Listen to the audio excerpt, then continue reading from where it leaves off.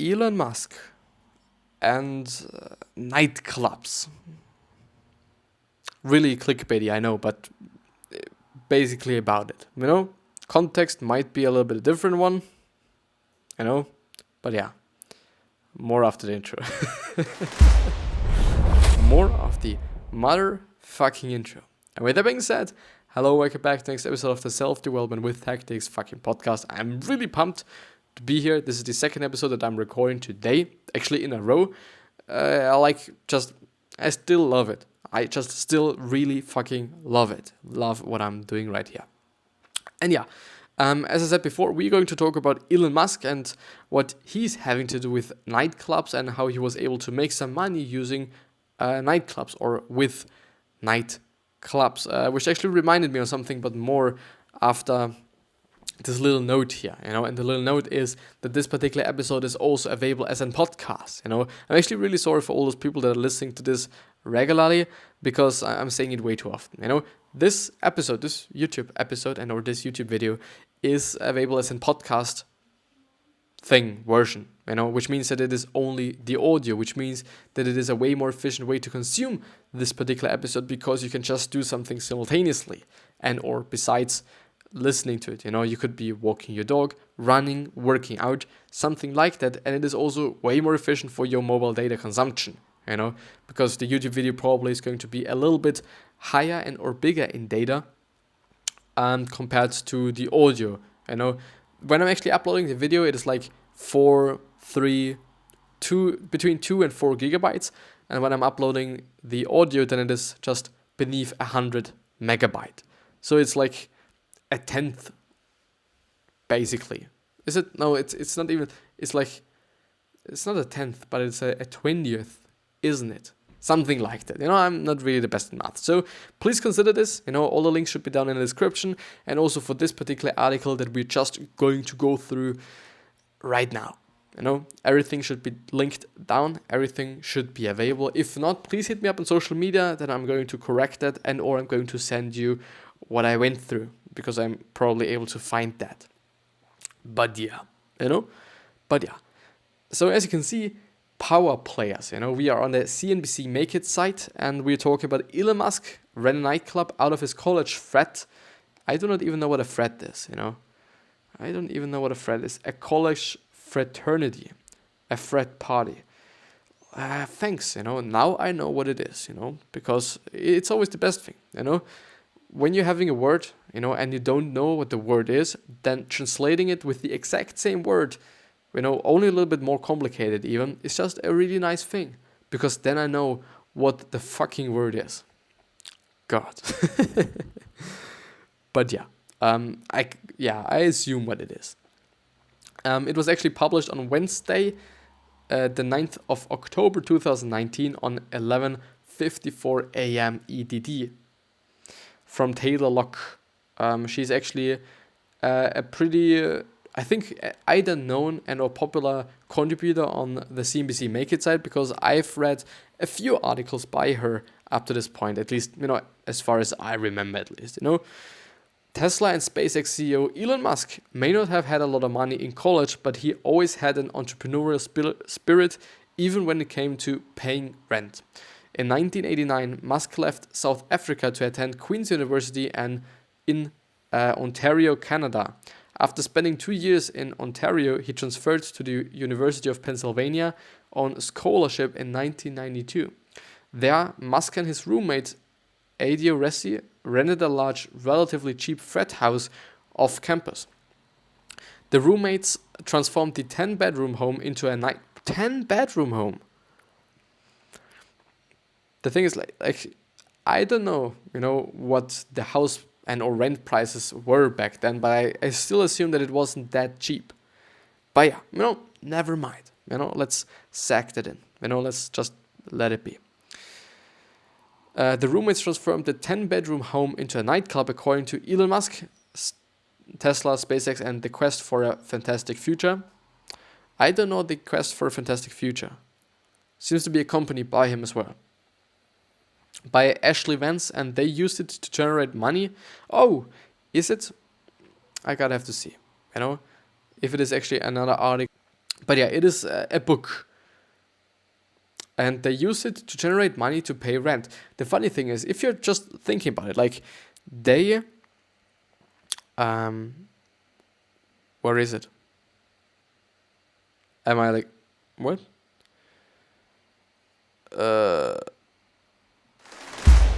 No, that was the wrong one. I'm sorry.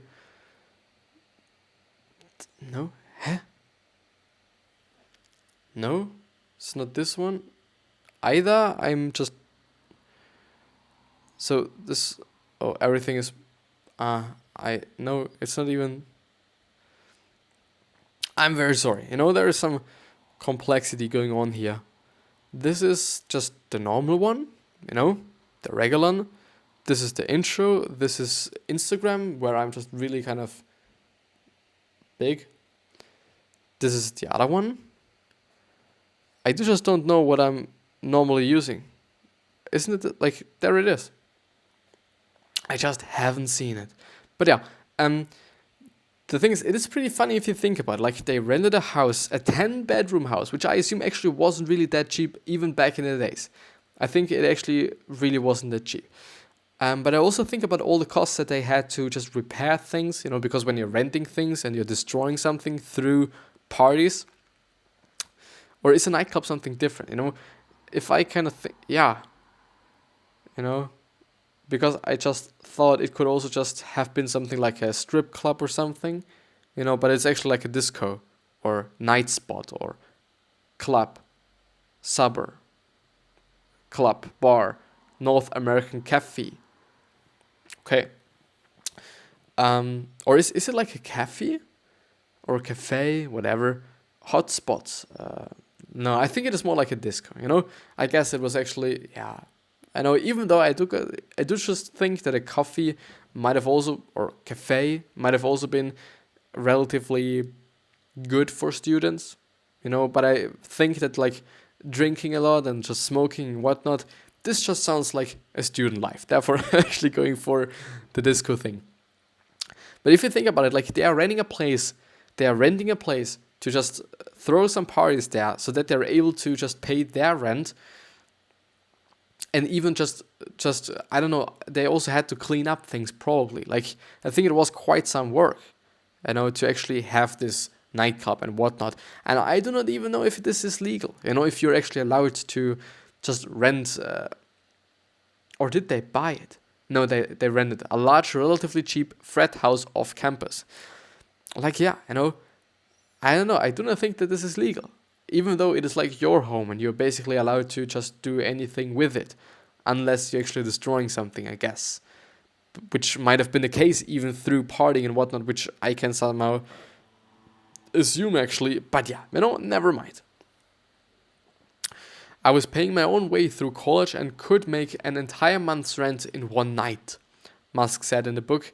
Adair was in charge of doing cool shit around the house, and I would run the party. Resi described the parties as a full-out unlicensed speakeasy in the book.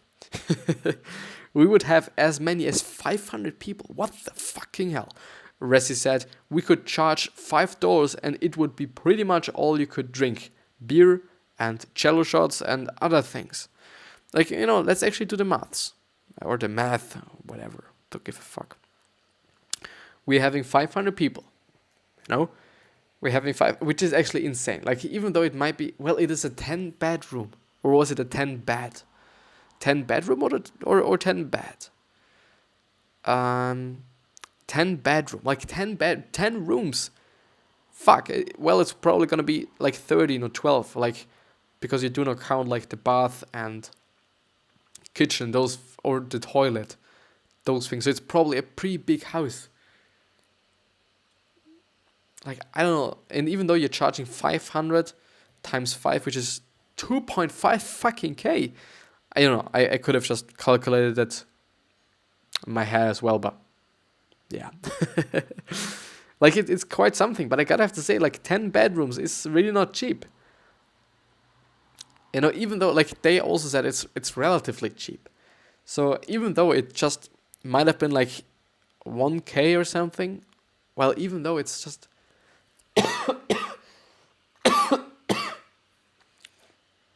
But the thing is, like, I don't think that they are going to, or that they were charged with more than like $500 for their house and or for their place where they lived.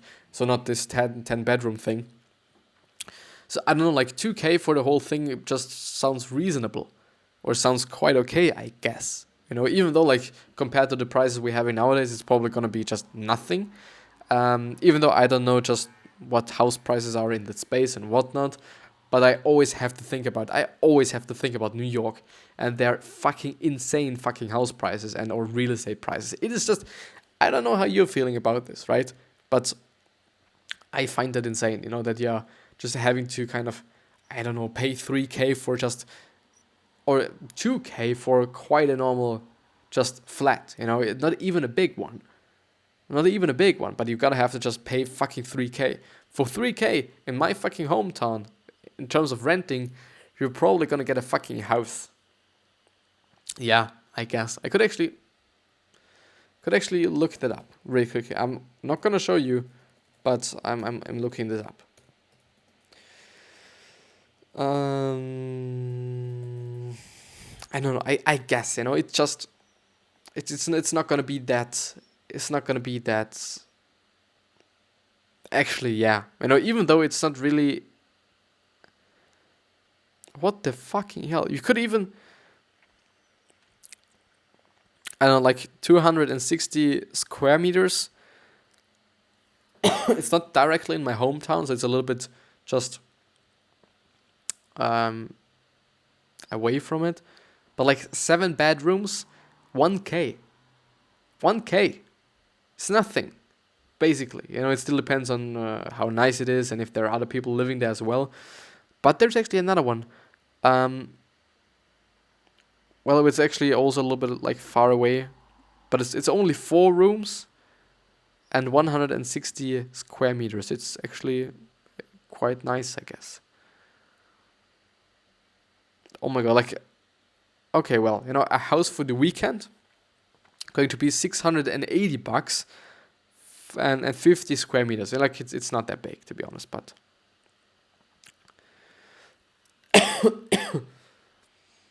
and there is one, it costs like 5.6K, which is quite a lot, to be honest, but you're gonna get 306 square meters and 19 rooms. 19 with 2,000 and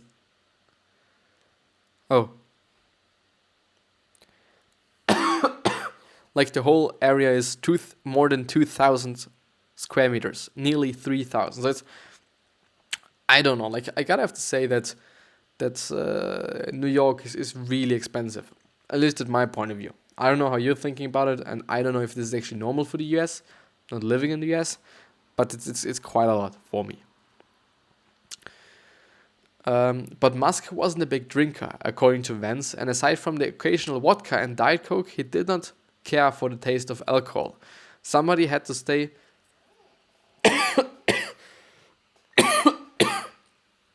I'm sorry. Somebody had to stay sober during these parties, Musk said in the book. Chewing gum.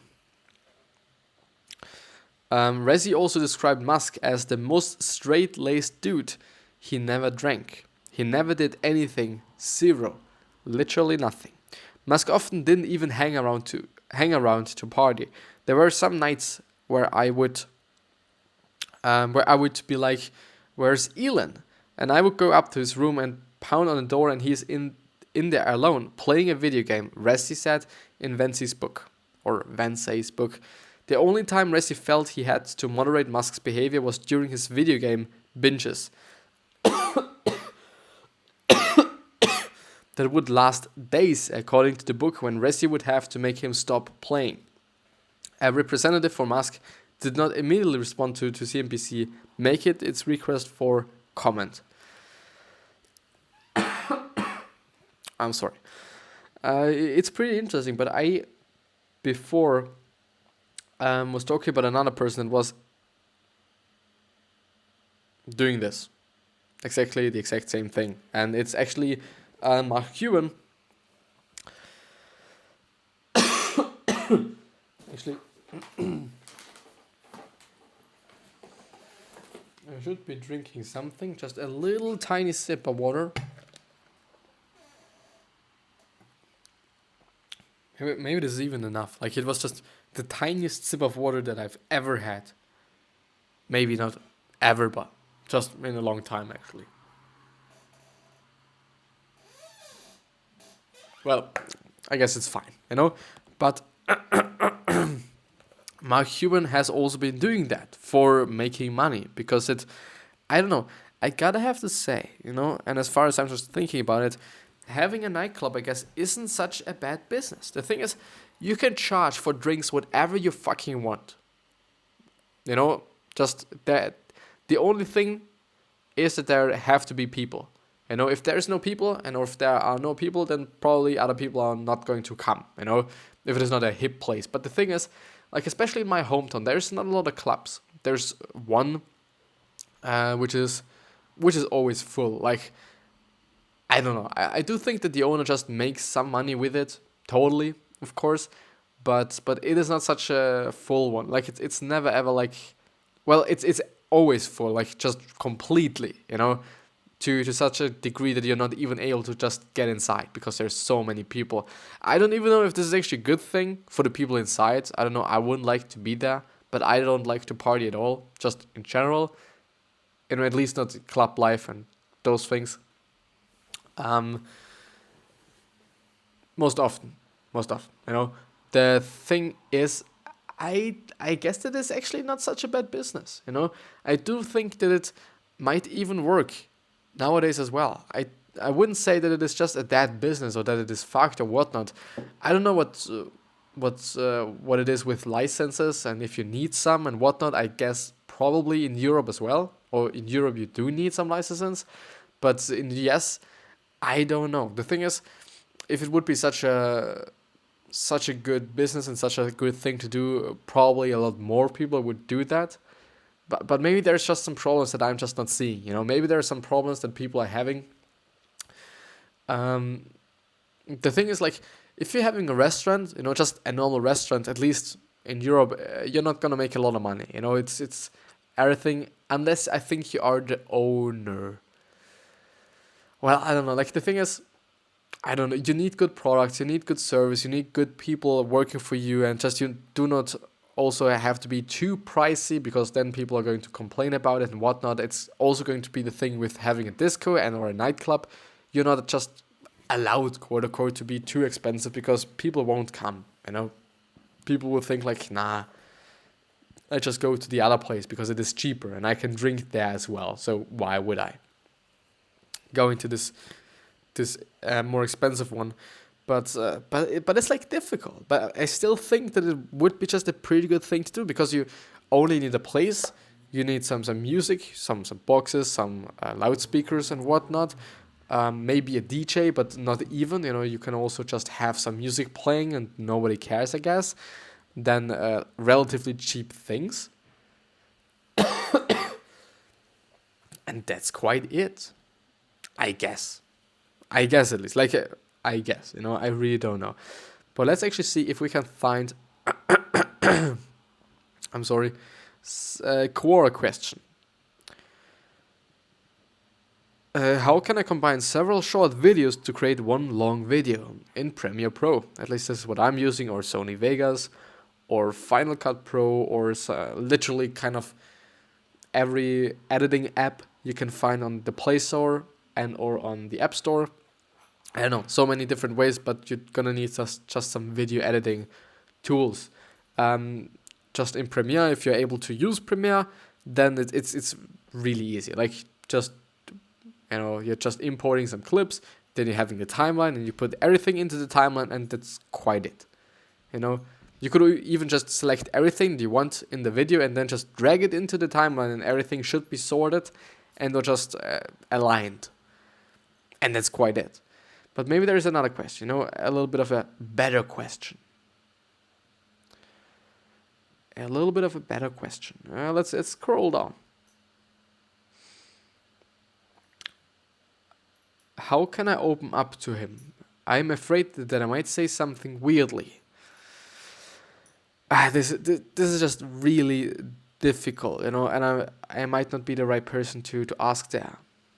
But I guess that the trying is always a thing. I guess you should never ever kind of be feared to kind of ask to someone, and just being a nice person is also a pretty good strategy at my point of view, as far as I have experienced it myself. The thing is, can you make everyone like you and everyone just fall in love with you?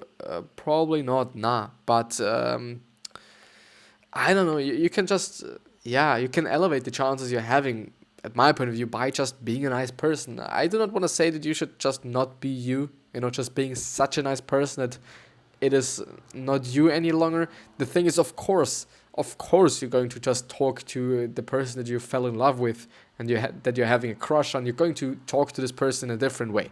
Not saying that you should talk to your crush like you would talk to your best friend. Probably not going to be a good thing. I don't know, like, we all get comfortable with people in the end then, but I don't know. Like, just being a completely different person also seems to be not that right, I guess. Just for the long term, if you're only looking for something short, then I don't know. If this is something that you're just willing to be associated with, do it. I don't know if it is right. I don't know if it is easy even. I don't know. But let's see if there's actually some news, let's... Oh. I thought that I'm actually having some other colors. Because I actually like the blue here. This blue is actually pretty nice. A little bit more. Like, the red is a little bit, like, fucked up. Since we already went through some news before, I do just want to see what the Pixel 4 is able to do, because they're talking about the camera and they're talking about the comparison to the iPhone 11, all those different things, and it might be a good device, but I don't know. I couldn't tell. Because I don't know what this device is capable of doing, and this is what I'm trying to see. Super res zoom feature that uses multiple frame algorithms to improve the quality of traditional digital zoom. It wasn't better than an optical telephoto lens, of course, but it was better than nothing, and Google is continuing to use it for the Pixel 4's extended zoom range. It's nice, especially also in the other episode I've already been talking about it. I gotta have to say, like, what they were able to do with the whole kind of algorithm thing and with software in general, it is just insane. It's just insane what they were capable of doing. But let's actually look up something different. Pixel 4 spec sheet. So that we're seeing the specs, so that I'm seeing the specs, because I'm interested in that. Actually, what is it? I think 4 hours ago or something. Maybe a little bit more. Check out the hands-on preview. No, I do not want to have the hands-on preview. I do just want to have the specs. Here we go. So there's going to be a Pixel 4 and a Pixel 4 XL, according to this article at least. Android 10. A 90 Hz display, which is actually something really nice. And a lot of people have kind of been complaining about this fact with the new iPhone, that there is no kind of 120 Hz or 90 Hz, because it is, I think, actually the case for the iPad Pro, that they're having just a better quote-unquote display or more fluent display. Snapdragon 855 and the Pixel Neural Core. Okay. So I'm now talking about the Pixel 4, not the XL version. The storage is not expandable, and the rear camera is going to be a 12 megapixel f1.7 one, and some different things that I do not know what it is. And the second one is going to be a telephoto, which is going to be f2.4 and a 2,800 milliampere battery, which is not that big, to be honest. Or is it actually about the Pixel 5? No, it's about the Pixel 4, right? Should be about the Pixel 4. Yeah, should be. And something that people have also recognized is, I do not know if there is a notch or not. I can't tell from the pictures that I'm seeing, but there's actually just some forehead. Like the chin is literally not that big, but the forehead is there. The forehead is there. Then the XL version, the only difference is a bigger OLED screen with a higher resolution. But I mean, like the first one is 2080 times 1080, like it's, or 2280, I'm sorry, times 1080, which is, I think, big enough. Like, I don't know. The camera is the same, or the cameras are the same, only the battery is bigger. So the only difference is that it is having a bigger screen with a bit of a better resolution, which I guess is just only to compromise the fact that it is a bigger screen and a bigger battery, and that's quite it. And a lot of good software. Motion sense things. Is there just some programmable buttons on the sides, some pressure sensitive buttons? You'll definitely want some accessories. I don't know if I want to have accessories.